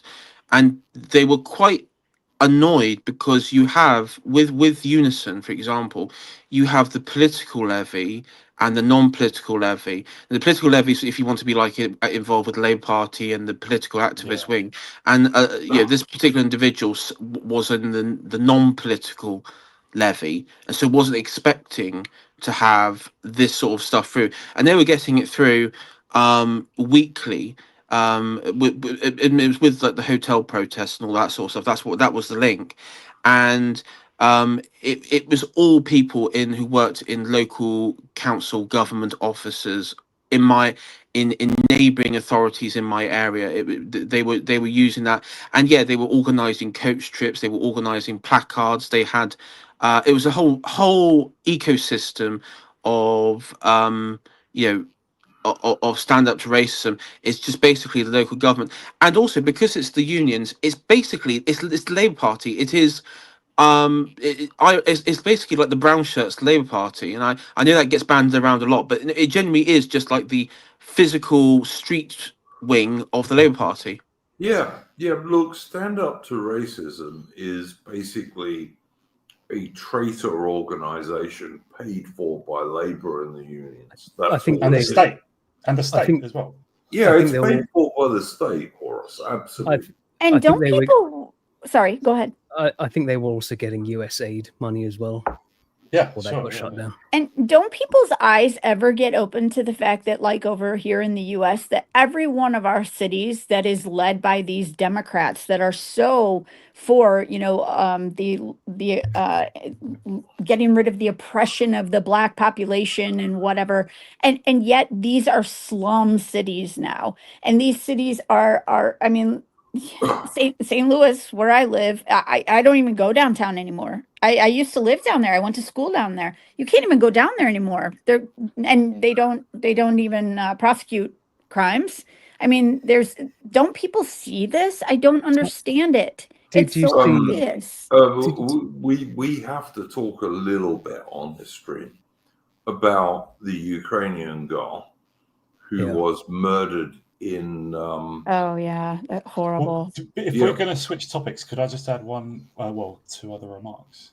Yeah, go for it, Horus. Well, just the other thing was those placards that we see, and just anti-fascist organisations in general, like the Anti-Nazi League in the 80s and 90s, and Stand Up to Racism, and several of the other ones. Love Music, Hate Racism is another one. All these front groups, right? They're all front groups for the Socialist Workers' Party, which is a Trotskyist, i.e., a revolutionary communist party, like Yes. literally looking for opportunities to overthrow the state. Yet also probably infiltrated by MI5 and Special Branch and whoever, Oh, and 100. also sort of support, 100. and also probably supported by the state as well. I think it's like all three things. Yeah, they're you- all paid for by the Do state. you, Horus. do you know how the stand up to music, the music one came into creation? From what I heard, wasn't it Eric Clapton back in the day? He came out on stage drunk, Yeah, so, and then started like singing like England for the Whites or something like that, and they all freaked out. Yeah, so that seems to have triggered it off. It was originally called Rock Against Racism, and there was also That's like right. Red Wedge, which was a thing to get Labour in '87, but incorporated loads of pop stars and stuff. There was also that, and yeah, Love Music, Hate Racism was like the revival of Rock Against Racism. That sounds so It's- gay. Yeah. So Yeah, but it's entirely true, as far as I know. What Horus and AI are saying here is just the truth. It is. And the other thing I was just going to say about like the last, the reactions to Kirk and also just Antifa through its history is, do you know even any soft leftists, centre ground leftists, whatever, who are against Antifa? Because I can't think of any. I can't think of any who ever condemned it. And we're talking about blatant criminality, like violent criminality, and they don't. Yeah. And even the soft left are not against it. Even not all of the centre right are against it. Like David Cameron supported Antifa. Oh, They absolutely. didn't even stop the cities that were being burned here in America. I mean, they would just continue to let it happen and watch. And St. Louis and just watch. St. Louis in 2014, right? Black Lives Right, Matter, but where it all started. Antifa and BLM is basically the same thing anyway. Yeah, right? it all Partly, started right? here. Yep, in The St. Michael, Louis. Michael Brown case. Michael Brown, a total loser again, absolute loser who tried to Who kill went the after cop. He tried to kill the cop that he tried to grab the gun. The gun went off in the cop, in the car. And this guy, total loser. Mad, massive Yeah. riots. Yeah. And these are the people that are their martyrs. And and Michael Brown's mother was invited to go speak. Who was it in front of? What's the? God, you guys, I can't think today. The world, oh fuck, you know what I mean. United Nations. And United Nations, thank you. Did she the did a UN. halftime show at the Super Bowl? Right. Yeah. I mean, hero right there. It's insane, guys. It's just insane. Well, But, in this country, Aubrey, we have who was it? Stephen Lawrence's mother is like Stephen Lawrence is the equivalent. I mean, I think everyone under 30 has been indoctrinated with the memory of Stephen Lawrence, Saint Stephen and yet Lawrence. nobody talks about the tens of thousands of English girls who have been gang raped by Pakistani immigrants. Or even there was Not a allowed to talk about that. Duke. There was a British boy in London in the East End back at the same time as Stephen Lawrence, who was murdered by a Bangladeshi gang. I think it was in '94. There White must have been Englishman. there must have been a lot of them if it was a Bangladeshi gang, but Isn't it Richard Everett? You said That's I'll right. tell you Yeah. what, the cop here in St. Louis, though, was really lucky not to be imprisoned with the Michael Brown thing that he was. Because had he been involved like later on, like Derek Chauvin, look at what happened to him. I mean, and that guy's life, he's just wasting away in prison. It's just it's sick. Chauvin didn't kill him. No, he killed himself with a drug overdose. He killed himself by swallowing drugs, but Chauvin's doing life in prison. Right, exactly. But that's okay because he's a white man, so I'm sure he's evil somewhere. He's also clearly. I don't know if I would have been mates with Derek Chauvin, but you know what? He didn't kill George Floyd. No. I mean, it's also tricky to say that he's a white supremacist when he's got an Asian wife and mixed race kids. Right. But, right. And AI, you also mentioned like how much that these like demos, these counter protests against any sort of patriotic thing are like, this local government people, loads of just staff of the local government. Just remember the role that Rotherham Metropolitan Borough Council had in enabling all those children to be raped, and that's just Rotherham. That's just one council. That's the kind of people. That's the kind of Horus, people. There were British policemen of Pakistani heritage in places like Rotherham who covered up many of these things. Well, and the white cops there as well. They're just utter traitors. Like they're just Horus, on my channel this week, I've been watching with Bede, aka formerly known as Hitman, the Romanian Revolution. These are this sort of like compilation of raw footage, and in that you basically see local Communist Party branches and also National Committee members getting detained by army and like the revolutionaries and paraded. Some of them, I mean, it is graphic. It's very graphic to watch what happens to some of them, and it's not very graphic, but people might think it is. But I mean, there's a few bits in there that's graphic, and there's one bit that's a bit suggestive. What happens to one guy, take around the back, and then you hear a little bit of a gunshot. But the point is, those particular people, it's a similar thing. There was histories of like they had a sexual abuse. You had the pretty horrible adoption. What would you say, like orphanage system and things like that. So, and when the revolution kicked off, it was local government workers and people who worked in the department of the security division, which basically the Securitate, which made up like large body with the secret police. But it was also like it wasn't just the secret police; it was just random local councillors and people like that, and big council workers who were caught up in this, and they were all given, basically the treatment the losing side on revolutions tend to get. Oh, okay. I didn't know it was going to have a happy ending. Cool. And look at how much money is getting, like you're talking about, Soros and all these other people. Like, look how much money gets thrown into these causes, these benefits, and yet how is it benefiting? Do you see improvement in the lives of these minorities in the inner cities? Not at all. Not by the leadership. Not by these hundreds of millions of dollars that are getting thrown their way. Look at how much money was thrown into Kamala Harris at the last minute. You don't see any of that getting better. And these Democrat presidents leave billionaires, in a reality. But you do see the leaders of Black Lives Matter buying mansions. Multiple mansions. Yeah, you do see that. It's funny how these nonprofit leaders on that side just and how the Benjamin Crump, the attorney for Michael Brown, and then he jumped in for George Floyd's family, how he gets millions for these families. It's funny though.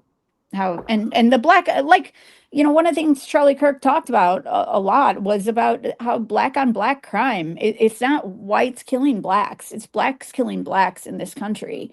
But there's quite a lot of blacks killing whites, to oh, be there is, absolutely yeah, fair, absolutely. But it doesn't yeah. really typically go the other way, and especially police shootings, that doesn't happen. And you notice when it's a black cop, suddenly, oh, oops, now we won't talk about that one, and it Yep. gets brushed under the rug. So 100%. Look, I've been to, I don't know, almost 60 countries, I think, in my life, because I'm an old bastard. And I've lived on 3 continents, and I can tell everyone here that the only people who even slightly believe in multiculturalism are Europeans and European descent people. No one else does. Honestly, no Zulu believes in that. Really not. I'm not They would even laugh joking. at. Yeah, Would make they'd most of the laugh world at it. They would. They'd laugh at it. It's just nonsense. Like, the Zulus don't like the causes at all. They don't. Duke, Let alone anybody else. I doubt the populations of former Yugoslavia believe in multiculturalism as well. Yeah, it's insane. So the cousin I referenced earlier that laughed about, so I'm going to bring him up again. I said to him that, I believe that I live in one of the best countries, or the best country, sorry, I did say it, in the world. And he said, well, that's because you haven't been to many other countries. And I said, oh, I have, though. I traveled a lot with my family growing up. And he said, well, but you didn't, because he traveled during his PhD years. And I said, he said, well, you didn't live there, and, immerse yourself in the culture and blah, blah, blah, blah, blah. And I was talking to another friend of mine, and he said, that's right there is the key against his argument, is that he immersed himself in the culture. He spoke the language. We don't get that with this non-assimilation here with these people that are coming into our country, my country, your country. They're not trying to be, Americans. They're not trying to be Englishmen. No. They're not trying to embrace our culture. They're trying to force it upon us, and we are the bad guys. Anyway, yeah, absolutely. Go to India. Indians hate each other if they are of different religions and castes and what have you. Yeah. Go to Africa. Africans hate each other on all sorts of levels, even tribal levels. Go to Asia. Look, not what Britain calls Asia, which is like Pakistan and India, but real East Asia. If you want to see real racists, go and look at the Chinese, the Japanese, the Koreans, and all those people. They all hate each other. The only people who fall for this con, and only some of us do, of course, are Europeans and European descended people. This is not. It's this guilt that's put on us. Which is nonsense, because it is. All of the advances in the world have basically come from European and European descended people. Right. All of them. Like, Duke, all these other wankers hate us and want to destroy us, and don't even realize that if they do, there'll be no more advances. Duke, I'm going to drop off, all right? I'll be listening in. But thanks for having me on, and have a good night, everyone, all right? Horus, you're always welcome, mate, and you will be the special guest on this stream. I salute you. Bye, See you Horus. later. Bye, Horus. All right.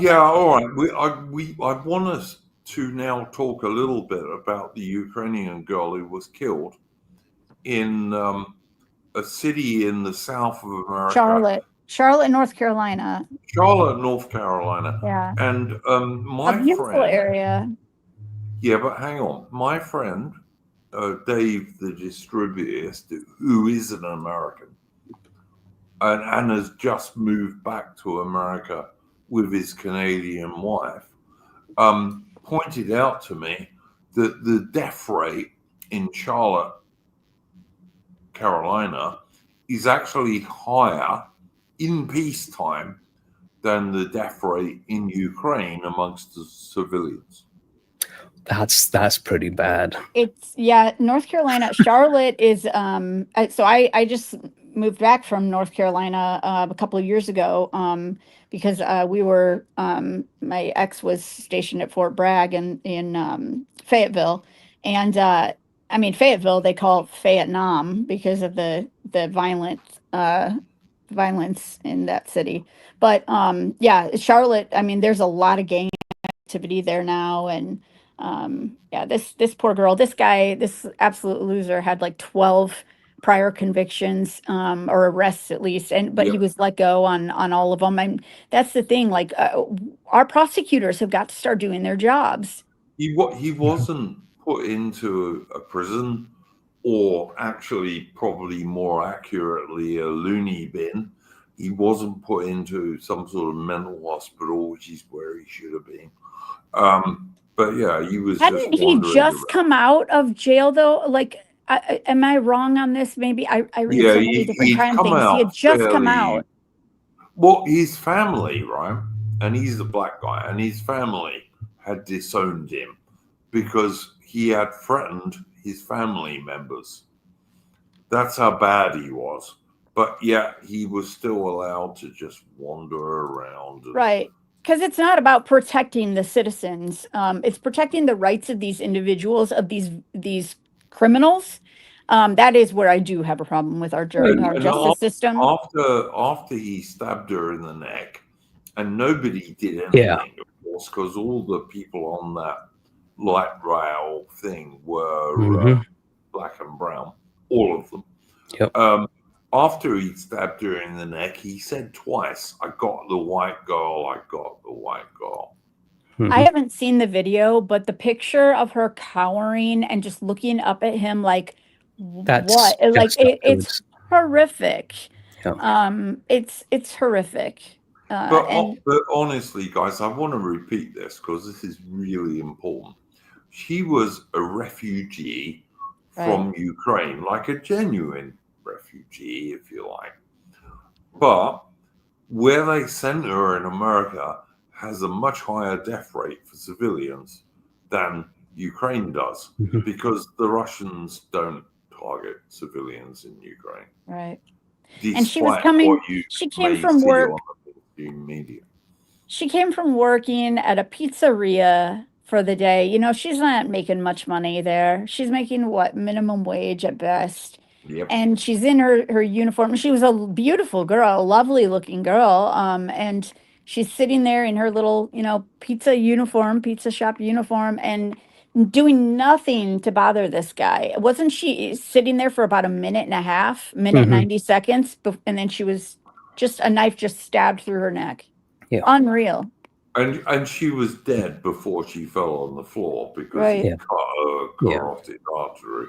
But and of course the guy was saying afterwards, "Oh, she called me the N-word." Obvious crap. She did not, right? No, there's no interaction. No, Tharium. What he actually said afterwards was somehow she was reading his mind and controlling it because he was an insane man. Right. But we're not protected from... We're not protected because, again, it's about the rights of these people. And once again, I'll repeat this because it's worth repeating. His own black family would not support him, wanted him gone because he tried to stab one of them. Right. So he's a real winner. Yeah. Did we all see the guy on CNN going, "This man was hurting. We don't know how much he was hurting." Van Jones. Yeah. Van Jones. Right. Who's a total idiot. We failed this man. He was hurting. Oh, Didn't we? Sure it's about, again, protecting the rights of these people that are dangerous, rather than protecting these innocent people that are civilians just walking around not knowing who these bad people are, who these sick people are. And it reminds me of the Daniel Penny case, the guy, the former Marine that held down the guy that was ranting and raving. I mean, was that could have been lucky. what was going to Yeah. happen, to anybody on that. Aubrey, he was lucky he was not sent to prison. Oh my gosh. Yeah, I very mean, lucky. they were seeking such serious Mhm. charges against him too. And he seriously saved the people on that train. He from was a that hero, train. absolute hero, doing what Yeah. he was trained by our military, his government, to do, to save people, to keep civilians safe. As I soon would as he say that- passed, as soon as he passed out, he put him into the recovery position and stuff. Right. He wasn't trying to kill him. Clearly. No, he wasn't at all. And everyone, all these people on the train, the subway train with him, were saying to the police and to everybody that this man was scaring us. We were fearful for what he was going to do to us, and this man was a hero. And these were Black people saying this to the police. And but look at who the prosecutor was. It was the same prosecutor going after Trump. It was the same. But let's also look at the case of the American white football player or athlete, I'm sorry, who was on Killed. the sideline In Texas. Yeah, and a Black guy came up, started going through people's bags that had been left there. To steal, To steal things, obviously. It was raining, that's why they had these little tent jobs up above them. And the bloke said, "What the fuck are you doing here, mate?" That's all he did. And the Black guy pulled out a knife, stabbed him through the heart. Right. And the Black family, the mother and father of this murderer, they got given so much money that they moved into a mansion from the money they've been given. And apparently there's video of this from various students' phones, and it's never been released so far. Go ahead. Sorry, Mitch. I was going to say, Joe said earlier, no GoFundMe for. The thing about that Black guy who killed off Irina Zavutska, there was a GoFundMe for him, but he got taken down after a day because rightfully people were complaining, to say the least. Also worth mentioning, Mitch, that Zelensky in Ukraine denied her father the ability to go to the funeral. Wow. Because he wants him for the mincemeat. The girl that was killed. The Ukrainian girl. Oh my God. The Ukrainian father of that girl wanted to go to her funeral, and Zelensky said no, because he wants him for the mincemeat machine of his losing war in Ukraine. Right. Unreal. I did see the mayor of Charlotte. She was saying how this is a mental health crisis that we can't arrest our way out of. You can actually. We used to have asylums for these people. Is she a Black woman? Yeah. Yeah. Is that you can arrest your way out? Your way out of this. Of course you can. That's what we used to do. But right. No. And do you see the cake incident? So the Charlotte Council, the city council with the mayor and stuff, they were having a meeting about her killing, and halfway through they decided to stop it because one of them had their birthday, and so they wanted to have cake time for the birthday. Oh wow! It's like, really, you can't just just put that on hold for a bit, No tact, not even right. Well, that's like not even being able to have a moment of silence without. Yeah. Andrew, I'm going to have to head off now. So thanks for having me on. Before you go, AI, would you like to plug your channel? Yeah, AI Shire Homelander recently did a stream 2-parter on the Romanian Revolution. So do check that out. And also, I'd like to just once again plug the Pendragon project, restoring castles and rebuilding castles in Britain. Do check them out as well. Nathan Hood has been putting out a couple short videos. I know that we're going to be starting doing some streams over there as well. So and a lot of that's going to be IRL stuff, real life stuff. So really looking forward to that. So that's a nonprofit you can donate to for the castle reconstruction. Yeah, it's a charity. That's right. Yeah, it's Okay, a very cool. Very cool. charitable organisation. AI, Ethan Hood is still a member of my Discord, and Nathan Hood, I beg your pardon, and he's a good guy, and I totally support that cause. So yeah, absolutely. Yeah. Oh, I would just before I end up forgetting, Key Book is anybody saying that's why there were so many lynchings back in the day. One thing I noticed just after Irina Zurutska thing was my Twitter feed just got flooded with loads of basically people who are like who are like the Southerners, and they are like, very much commemorative of Confederate history. I saw loads of those kind of people just surface on my feed going, "Oh, read this book if you want to understand, for example, what happened in Reconstruction, because this kind of thing happened where, when Reconstruction happened, of course, the U.S. military had to be cut because there was like 2 million of them, so it had to be back to their pre-war strength of around 50,000.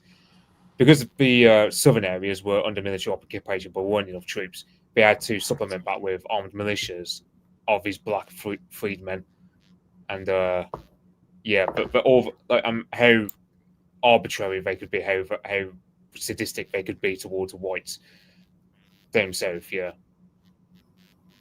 And also the carpetbaggers, Mitch, for sure. Right. Yeah, absolutely, certainly. All right. But they take that out of the history books now. Of course, that can't be talked about. No, you're not allowed to talk about that. Just like the Native Americans were all so peaceful. Yeah. Yep, yeah. They were. Guys, we've got a few donations on Entropy. So I want to address these before everyone disappears. The first one is from Prakashit Patel, who I suspect is definitely a real Indian. Yeah, I don't think he is. Yeah. But anyway, Prakashit Patel, who has supported us before, for $5 and he says, "Wishing a great evening on you, beautiful SARS, and here is your regular tithe from the Indian government." And I'm so happy to be supported by the Indian government, by the way. The second one is from Rud Three Trees, who has supported us in the past. Thank you very much, Rud Three Trees. And he says, "Evening, gents. Hope you are all well. Didn't really watch him at all, but Charlie's murder has made me angrier and hit me harder than I ever thought it would. Dave the Distributist did a very good stream on it all. Prayers for his family." Rug 3 Tree, totally agree with that. One of the things that's been really telling is the left, of course, always talk about right-wing violence. Where are the right-wing death squads? There aren't any. Exactly. Not people yet. have been holding. Not yet, anyway. Yeah, people have been holding prayer vigils and stuff. It says a lot. Whereas anything that happens, like anyone on the left, cities burn down. So. Right. Yeah, it's just looking for an excuse. Yeah, it's bullshit. It's bullshit. Finally, Garin, who is another regular supporter of this stream, thank you, Garin, sends us $5 and just says hello. Thank you very much, mate. That's much appreciated. As I always say, any money we get on this channel just goes back into the channel, basically. It helps pay for our StreamYard unlimited streaming and also our ability to stream on X on Twitter. And that's where it goes. So thank you very much, gentlemen. Davey 1602, I don't think that the guy who says please star is actually Indian. I think he's doing a bit of a meme. But anyway, there you go. That's what I honestly think about this. Yeah. So I don't know. Do we have much more to talk about? I just want to thank you for letting me come on to say what I needed to say about Charlie Kirk, and I hope I didn't offend you guys with the UK Great Britain thing. I don't mean to offend any of you all. I love all of you guys, and Aubrey Alley, you're the only woman in the Discord. I know. I take pride. Like Lady of Shalott, along with Lady of Shalott, whom I love so much. Used to be in the Discord, and sadly, Lady of Shalott has passed away. No, but you're the only lady in the Discord, and we on the right and traditional people, particularly in Britain, I think, we're never unkind to ladies, and we'll never be unkind to you either. No, you guys are gentlemen. And even when you guys kind of all turned on me about my comment about British food, which I have never been over there, so I don't know. I've not had it. But food is great. I know. And you guys, boy, everybody's attention turned to my comment. And so I apologize for that. I am open-minded to trying everything. And yes, my apologies go out to you. One thing I'd say is try and say British, not UK. Yes, I will not. British. Yeah, UK's kind of become known with the sort of multicultural crap. Right. See, I just didn't think that like the Irish would be considered British, right? It depends. I'm still confused on it all, but I'll talk to you about it afterwards, Duke, and you can educate me. Northern Ireland is absolutely British, and Ireland itself was British for a very long time. And there were many good Irishmen who were heroes of the British Empire, for example. There were many.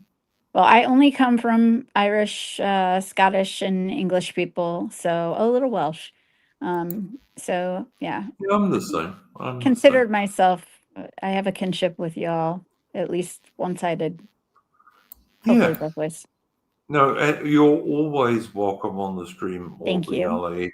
And you're never going to find people on here who are nasty to ladies, and you're a lady. So no, I've enjoyed like getting to meet, not meet in person, but to know all of you guys and consider, a few of you guys good friends now. So hopefully.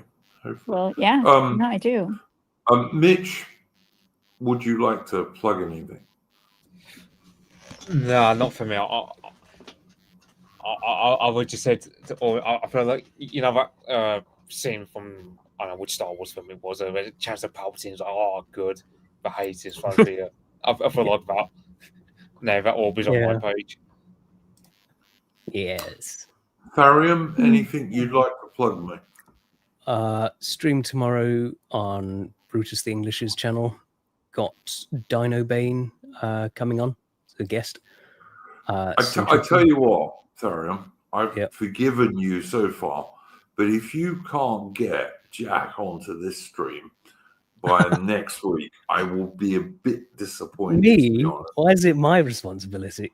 Well, because you know him better than I do, that's why. But yeah, I'd like. I've told him multiple times. I think he's generally more busy on Saturdays though. Not good enough for me. You go. Miriam, every time I've seen you on here, I've made a comment, and you're gonna think I'm some weird groupie, but you have the best voice for this. I swear, you have. Thank you. Yeah, I mean, yeah, you really do. So I don't want to look like I have this weird crush on you when I say this all the time, but I'm just gonna put it down to, I've had a lot of American women say that. It's just a thing. Well, I'm total accent fan anyway. Mitch, you know this. We've talked about it before quite a bit. Aubrey Alley has this like girly American thing for. Mm-hmm. Well, of course. I mean, it's sexy. You guys have sexy accents. I mean, it's hot. Oh, we do. I absolutely. Yeah, you're not going to argue with it, are you? Nah, no, yours is good, Mitch. all of your accents are great, and I tell you, you do well in an American yeah, city, you Mitch. guys could all do well just with the accents alone. But All right, I think I'm not going to try and play us out with a tune today because the last 3 times I tried it, it didn't work. But I will say, go and check out a good friend of mine called Patriotic Archive, who has lots of great tunes on his channel. I can't play them on here because they don't play; they stop halfway through. So, but anyway, go and check Patriotic Archive out on YouTube. Thank you very much to my guests, Horus, Mitch, Aubrey, Tharium, and AI. And we will be back on Wednesday. Now, on Wednesday, we are going to be talking about the Battle of Arnhem. And if your idea of the Battle of Arnhem is based on the movie A Bridge Too Far, where you see British armored guys drinking tea and the Americans being amazingly brave, crossing rivers with little boats and all the rest of it, and the British soldiers basically being like very brave but dumb as shit, we're going to change your mind on that, I think. And Aubrey is here, so and I know Aubrey was once married to an American airborne guy, but the real truth of the fact is that the person who probably caused Operation Market Garden to fail was General Gavin, who was an American airborne general, and he collected all his soldiers on some hills overlooking a forest because he thought there were 1,000 German tanks in that forest. And the fact of the matter is the Germans didn't have 1,000 tanks in the whole of the Western theatre of war. But very late in the day, he sent one company to capture Nijmegen Bridge. And obviously, by the time they got there, there were a lot of German reinforcements there, and one company of about 100 men was not nearly enough to capture it. And so when the British armored troops turned up later in the day, they had to fight to capture Nijmegen. And there's a famous scene in Bridge Too Far where some American officer has a go at some British tankers because they're making a cup of tea. And the tankers point out to him, I'm not sure if they do it in the movie, but it's true, that we can't move on until we get some infantry. And the reason they had no infantry was that the British infantry were fighting to capture fucking Nijmegen, which was actually the reason they dropped General Gavin and the American Airborne Division next to Nijmegen. But anyway, we'll talk about that. I do like that the surrender scene with the parachute regiment is real. When the Germans tell them, "Will you surrender?" and he goes out with his umbrella and says, "Sorry, we don't have the capacity to accept your surrender." Yes. Oh, that is great. Yes. You had me watch that movie, Duke. I remember that scene. Yeah, that is pretty awesome. Yeah, the British parachute regiment were like, and listen, the World War II was a disaster for Britain, but the British parachute regiment were great soldiers. And the movie A Bridge Too Far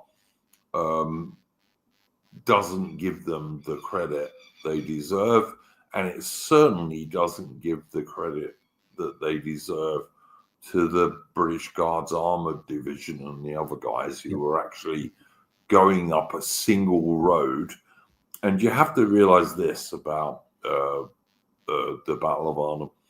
in order to advance across these bridges, there was really only one road. And of course, Holland, the Netherlands, is like very low lying and flooded. And the Germans had flooded even more of it to make it harder for the Allies to advance. So you have to go up this single raised road where the Germans could put up a couple of anti-tank guns and some guys with Panzerfürsts and Panzerschrecks and stop you every 10 minutes. And that's what happened. And yeah, anyway, watch us on Wednesday. Can I just say too that like the watching the video with Charlie Kirk was so horrific, but you know, I've always had so much respect for my military, for you guys, you know, for you, Duke, what you've done in your military service, and it made me. No, you didn't. That's not true. But what I want to say is like it's one thing to think about you guys having to see what you see and do what you do, but seeing that video just made me. It makes me think about it in a different way. Even I'm totally like blowing the way I'm saying this, but I just have a huge respect for what you guys do to keep us safe. And what you guys have to go through, and then you have to come right back into like civil society. Well, as civil as it could possibly be, I guess. If you could, it's not really civil, but into society, and then just resume life. It just, I don't know. I have a lot of respect for what you've done. You should see what it looks like when someone gets hit in the head with a machine gun. Well, that's what I'm saying. That's what I'm saying. I know. I can't even imagine, and I don't really. That's why you guys. Yeah, I have a lot of respect for you, what you do. I agree with what Joe says in the chat. Women aren't meant to see that sort of thing. No, I don't think so either. Anyway, thank you very much to all my guests. Do go and come and watch our history stream on Wednesday. As I say, Balavanam. It's going to be a bit different, I can tell you. Yeah, thanks, guys. Go on. And don't let the bastards grind you down.